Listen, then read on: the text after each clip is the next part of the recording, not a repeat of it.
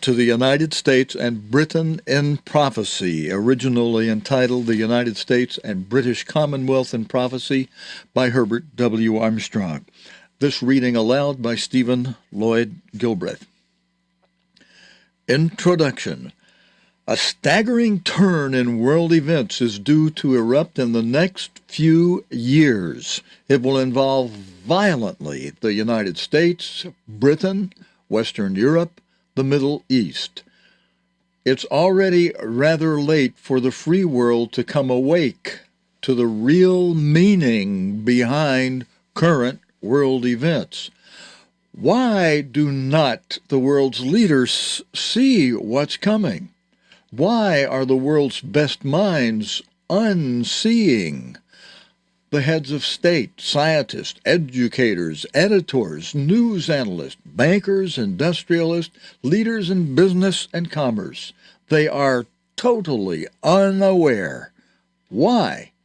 Because they've been falsely educated and deceived into closing their minds to the great causes behind world events and trends. This world has been falsely educated to ignore causes and deal with effects. Yet all the world's problems and ills are simply a matter of cause and effect. There's a cause that has produced strife and war, poverty, wretchedness, inequality, crime, disease, mental ills. But the leaders do not know. World explosion to erupt. The world's leaders are the educated of the world, but they were not educated in basic truths, the foundations of right knowledge. The most necessary knowledge is not being taught.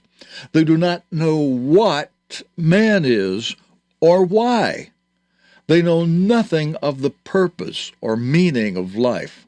They were not taught to distinguish the true values from the false. They did not learn the real causes, the way to peace, to happiness, to universal abundance, nor the causes of war, unhappiness, inequality, world chaos. They know nothing of the purpose being worked out here below.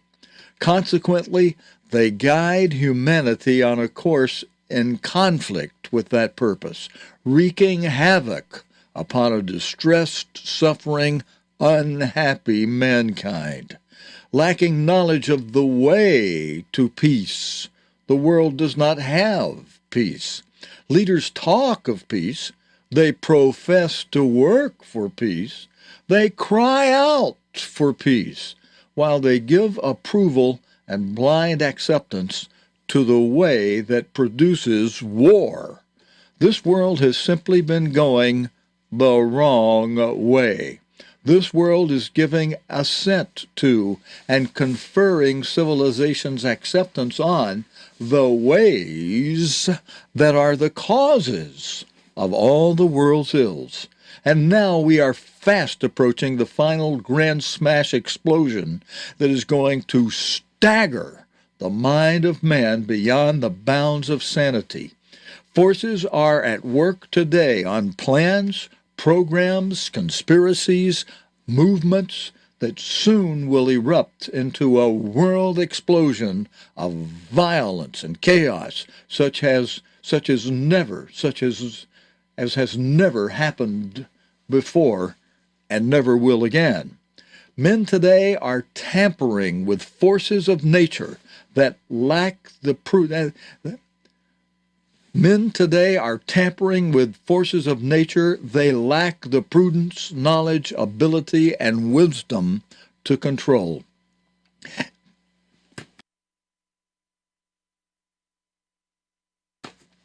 In this folly of educated ignorance, it's become fashionable today and intellectually titillating to ignore the great basic cause of all things, the fact of the purpose being worked out here below, and the master plan for its working out. the invisible but supreme power now soon to intervene and drastically alter the course of history before mankind blasts itself out of existence. Unreal though it may seem to those steeped in modern educational deceptions, some 2,500 years ago, the supreme power of the universe inspired a man named Isaiah to quote him saying, "I am God. There is none like me," declaring the end from the beginning, and from ancient times the things that are not yet done, saying, "My counsel shall stand." Isaiah 46, verses 9 and 10. The great powers are formulating their policies, laying their plans, but the next few years will see astounding events explode in a manner very different than the nation's plan. Why? Never amiss, because there's the great God who says, "The eternal wrecks the purpose of pagans. He brings to nothing what the nations plan, but the eternal's purpose stands forever, and what he plans will last from age to age. The eternal looks from heaven, beholding all mankind. From where he sits, he scans all who inhabit the world. He who alone made their minds, he notes all they do." Psalm 33, verses 10 through 15, Moffat translation. The same eternal God said, "To whom then will you liken me, or shall I be equal?" says the Holy One. "Lift up your eyes on high, and behold, who hath created these things." And again, "Behold, the nations are as a drop of a bucket, and are counted as the small dust of the balance. All nations before him are as nothing." Isaiah 40, verses 25 and 26, 15 and 17. Through his inspired prophets, the great God caused to be written some 2,500 years ago and preserved in writing to our time prophecies, filling approximately a third of the whole Bible. In them, he named every city of consequence of that time on earth, and also every nation. And he foretold precisely what would, through the years, happen to every city and every nation. In every instance, the prophecies came to pass. What was prophesied happened to Babylon, to Tyre, Sidon, Ashkelon, Ashdod, Ekron, to Egypt, Assyria, Chaldea, Persia, Greece, and Rome. There has not been a miss. These prophecies were accurate. And now, in other prophecies, the same supreme God has foretold precisely what is going to happen to the United States, the British nations, Western Europe, the Middle East, Russia. Best minds, total ignorance. Yet the best minds in the world are in total ignorance of the unprecedented cataclysm that is about to strike. And why have these prophecies not been understood or believed? Because the vital key that unlocks prophecy to our understanding had been lost. That key is the identity of the people of the United States and the United Kingdom, the American and the British peoples in biblical prophecy. That key has been found. We present it to those whose unprejudiced eyes are willing to see. The events prophesied to strike the American and British people in the next few years are sure. God says, "Surely the Lord eternal will do nothing, but he revealeth his secret unto his servants the prophets." Amos 3, verse 7. These colossal world events, shrinking the first two world wars into insignificance, will come, but not until the warning has been made available for those whose eyes are willing to see. Next, on to chapter 1.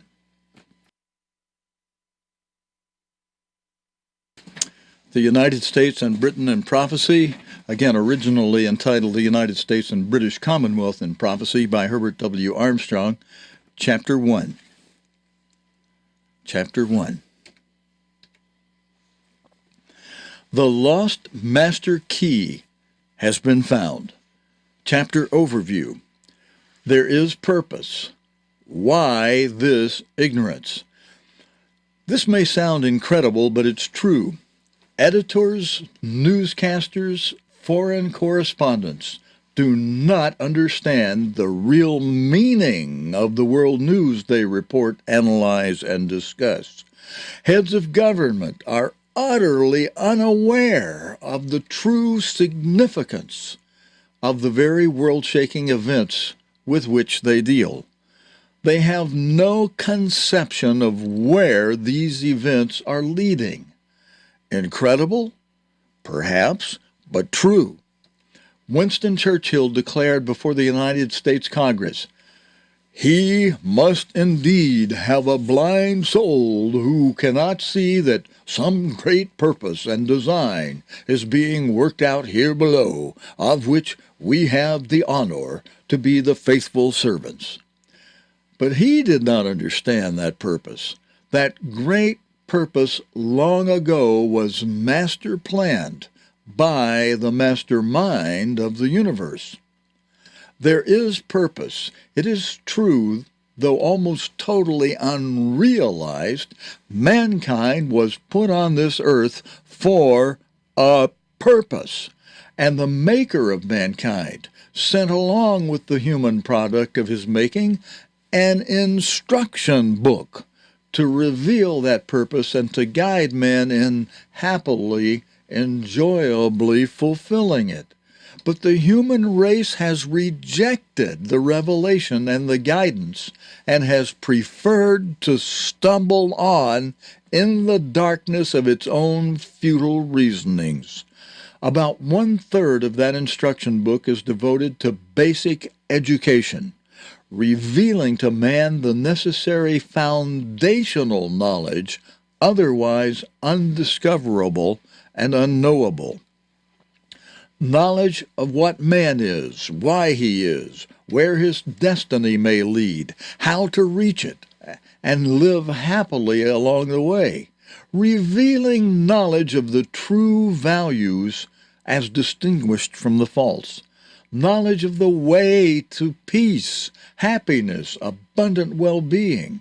In other words, the most necessary of all knowledge, the foundation on which to build discoverable knowledge.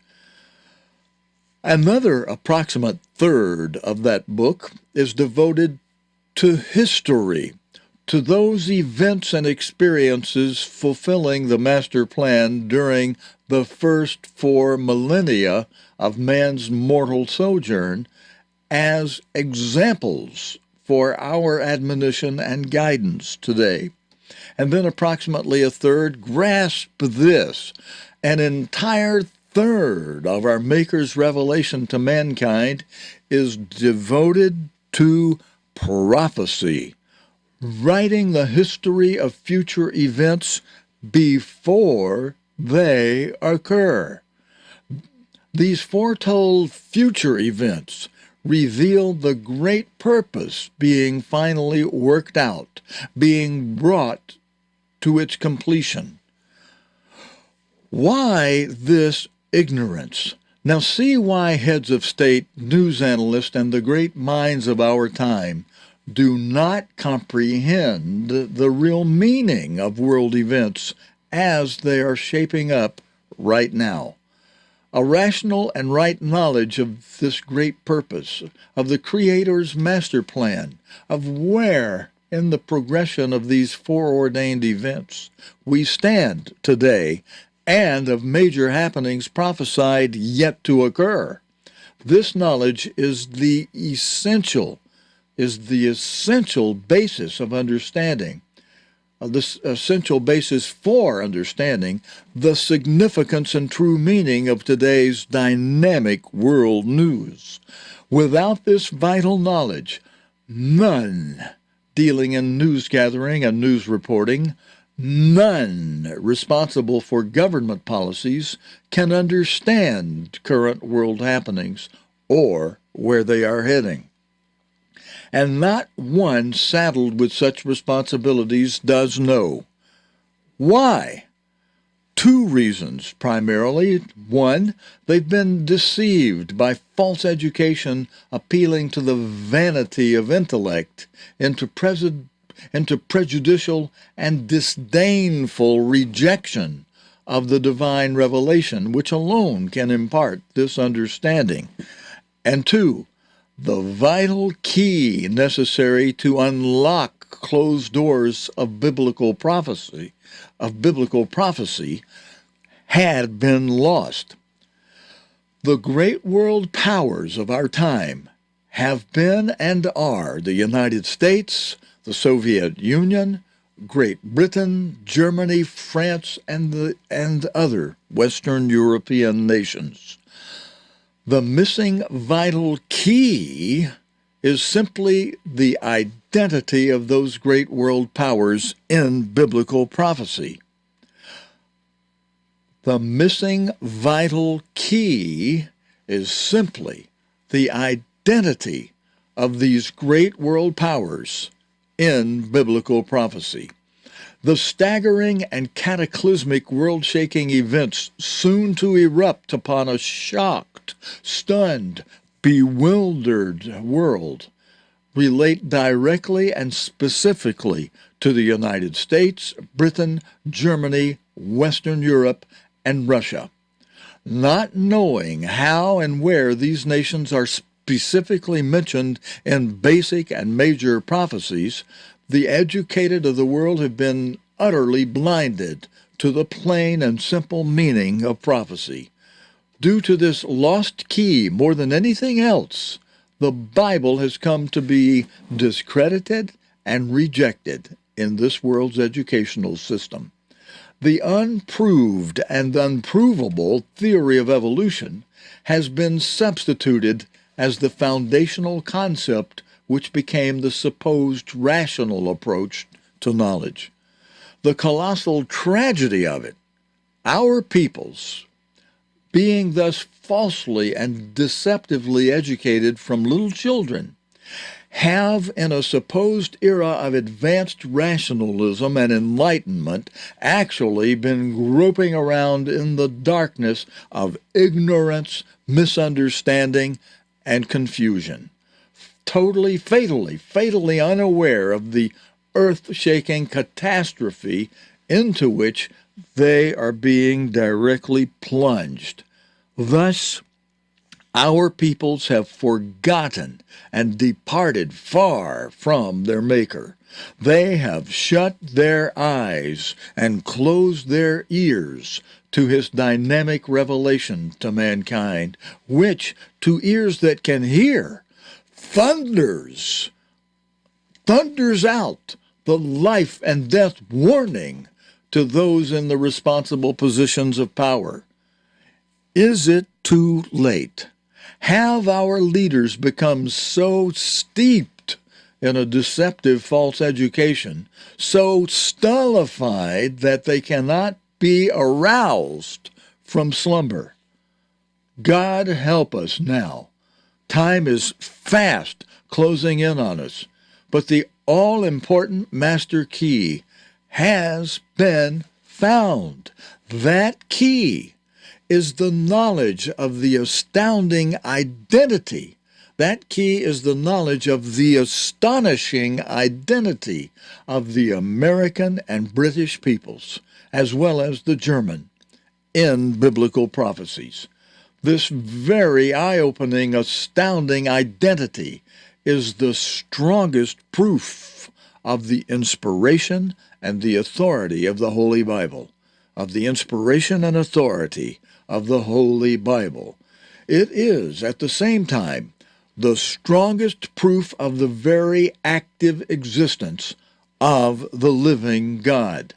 An exciting, pulsating, vital third of all the Bible is devoted to prophecy, and approximately 90% of all prophecy pertains to our time, now, in this latter half of the 20th and first part of the 21st century.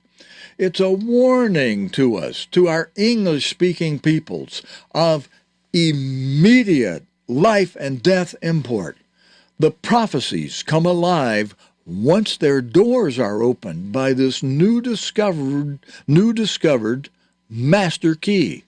This book will open, to open minds, this hitherto closed vital third of all the Bible. No story of fiction ever was so strange, so fascinating, so absorbing, so packed with interest and suspense as this gripping story of our identity and our ancestry. Through it, Almighty God gives momentous warning.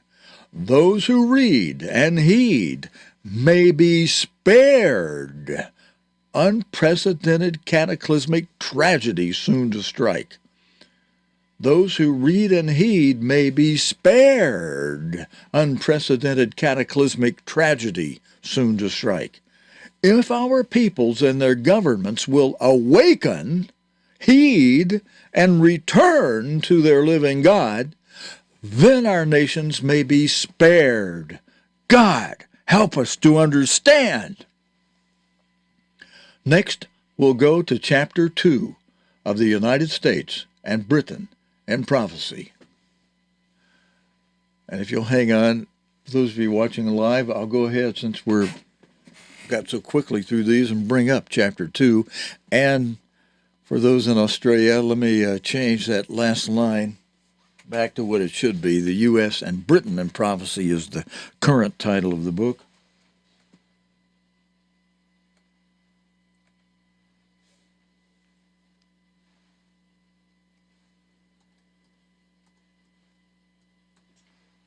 All right, I'll leave that up for just a moment with that change to it. The United States and Britain and Prophecy by Herbert W. Armstrong, Chapter 2, Prophecies Closed Until Now. Chapter Overview, a pivotal book, not for Old Testament Israel. Could we be ignored? One might ask, were not biblical prophecies closed and sealed? Indeed they were, until now. And even now, they can be understood only by those who possess the master key to unlock them. But we have reached the approximate end of 6,000 years of biblical history.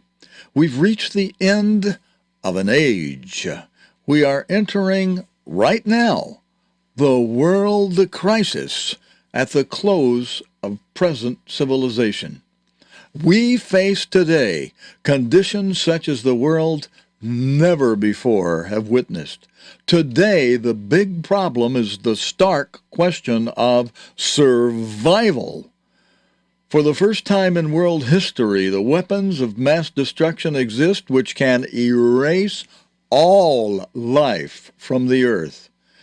Chiefs of government and world-famous scientists have been saying publicly, we must adjust to living in fear of human annihilation with no solutions in sight. To those prejudicially cynical toward the Bible, I say, it is now your only hope. Science offers no solutions. The politicians and heads of government have no answers. In the Bible alone, you will find the advance news of what is now certain to occur, and occur it will before mankind blast itself out of existence. But another objector might ask, are not most of the prophecies outdated Old Testament writings, addressed only to the ancient nation Israel, of no concern to us in our time? And the answer is an emphatic no. Though these scintillating, dynamic prophecies were, most of them, never given to ancient Israel. A pivotal book. The plain truth is, these prophecies were written for our people of our time and for no previous people or time. They pertain to world conditions of today and could not have been understood until today. One of the very pivotal books of prophecies is the book of Daniel. One of the very pivotal books of prophecy is the book of Daniel. Actually, the prophet Daniel was not the author of the book known by his name.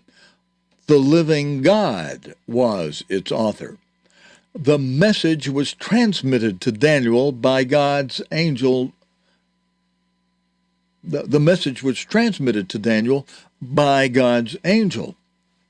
Daniel put to writing to be preserved until our time what he heard. At the very close of his book, Daniel wrote, "And I heard, but I understood not. Then said I, O my Lord, what shall be the end of these things?" And he said, "Go your way, Daniel, for the words are closed up and sealed till the time of the end. And none of the wicked shall understand, but the wise shall understand." Daniel 12, verses 8 through 10. So the prophecies of Daniel were closed, sealed, locked up until now. But who are the wise? Oh, I'm sorry, I skipped a paragraph. So the prophecies of Daniel were closed, sealed, locked up until now. But today we are living in the time of the end. Today, the wise do understand. Today, the wise do understand. But who are the wise? Only those who fear and obey God and who have the master key to unlock the locked up prophecies. God says, "The fear of the eternal is the beginning of wisdom. A good understanding have all they that do his commandments." Psalm 111, verse 10. And even most professing Christians refuse utterly to do that. No wonder they can't understand. And don't forget, the specific key that unlocks these closed doors of prophecy is the definite knowledge of the true identity of the American and British nations as they are mentioned in these prophecies. Stop a moment and think. If the prophecies Daniel wrote could not be understood by him, if they were closed up and sealed till the time of the end, till the latter half of the 20th century and now the first half of the 21st century, as the angel said and as Daniel wrote, then, they were revealed at the end, in the latter half of the 20th century through God's end-time apostle, Herbert Armstrong. And we're awaiting in this generation of our lifetime since the annihilation generation was born, since the hydrogen bomb was invented, 1955, till the latter half of the 20th century when these things were revealed through Mr. Armstrong. As the angel said and as Daniel wrote, then they were closed to the ancient Israelites of that day. They contained no message for Daniel's time. Think a little further. These prophecies could not have been given to or known by the ancient kingdom of Israel. Daniel wrote in and after the time of the Chaldean king Nebuchadnezzar's invasion and captivity of the kingdom of Judah, 604 to 585 BC. But the kingdom of Israel had long before been invaded, conquered, and its people moved out of Palestine, out of Samaria and the surrounds, transported as slaves to Assyria, 721 to 718 BC, 2 Kings 17, verses 18, 23, and 24. 117 to 133 years before Daniel wrote. Years before the book of Daniel was written, most of the Assyrians, with those Israelite slaves, had migrated from ancient Assyria northwest toward Europe. How far northwest? Where they finally settled was not then known. They had become known as the Lost 10 Tribes. But today we do know. Today, as Daniel wrote, Daniel 12, verse 4, knowledge has indeed increased. The whereabouts of the lost 10 tribes is one of the ancient mysteries now cleared up. But in Daniel's day they were lost from view, as if the earth had opened her mouth and swallowed them. Not for Old Testament Israel. Daniel's prophecies then was not a message to the Old Testament kingdom of Israel. Now think further. Nor was this prophecy a message for the Old Testament kingdom of Judah. When Daniel wrote, the Jews already were slaves in Babylon. Daniel was one of the brilliant young princes of Judah, specially chosen for service in the king's palace in Babylon. Daniel 1, verses 3 through 6. Daniel's strenuous duties in the Gentile king's service did not allow him to deliver this closed and sealed message to the scattered Jewish slaves.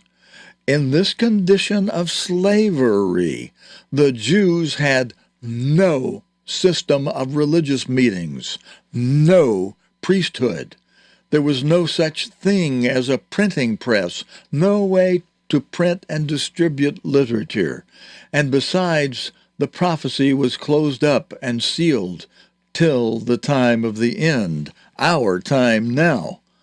The book of Daniel was not a message for the Jews of Old Testament times. Finally realize, it is emphatically clear that these prophecies pertain to no time but to our time in this 20th and early 21st century. Then know this further.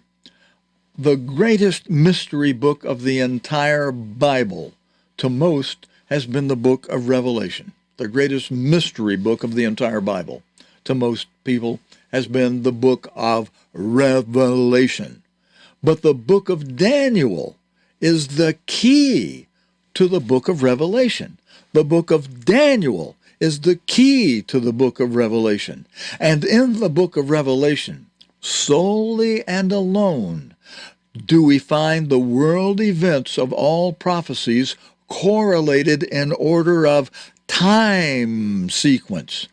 The book of Revelation, then, holds the key for putting together all of the prophecies in proper time order. And Revelation, too, was a closed and sealed book until our time now. We realize that the living Jesus is the revelator, and that he has stripped off the seals and opened this mystery book to right understanding. And where does that lead us? To the fact that prophecy generally was written and preserved for our time today. And some 90% of all prophecy pertains actually to this latter half of the 20th and early part of the 21st century. And the one central master key to prophecy as a whole is the identity of the United States and the British nations in these prophecies for today. These prophecies could not pertain to any time previous to our precarious present. It may not be generally realized, but neither Britain nor the United States became great world powers until the 19th century.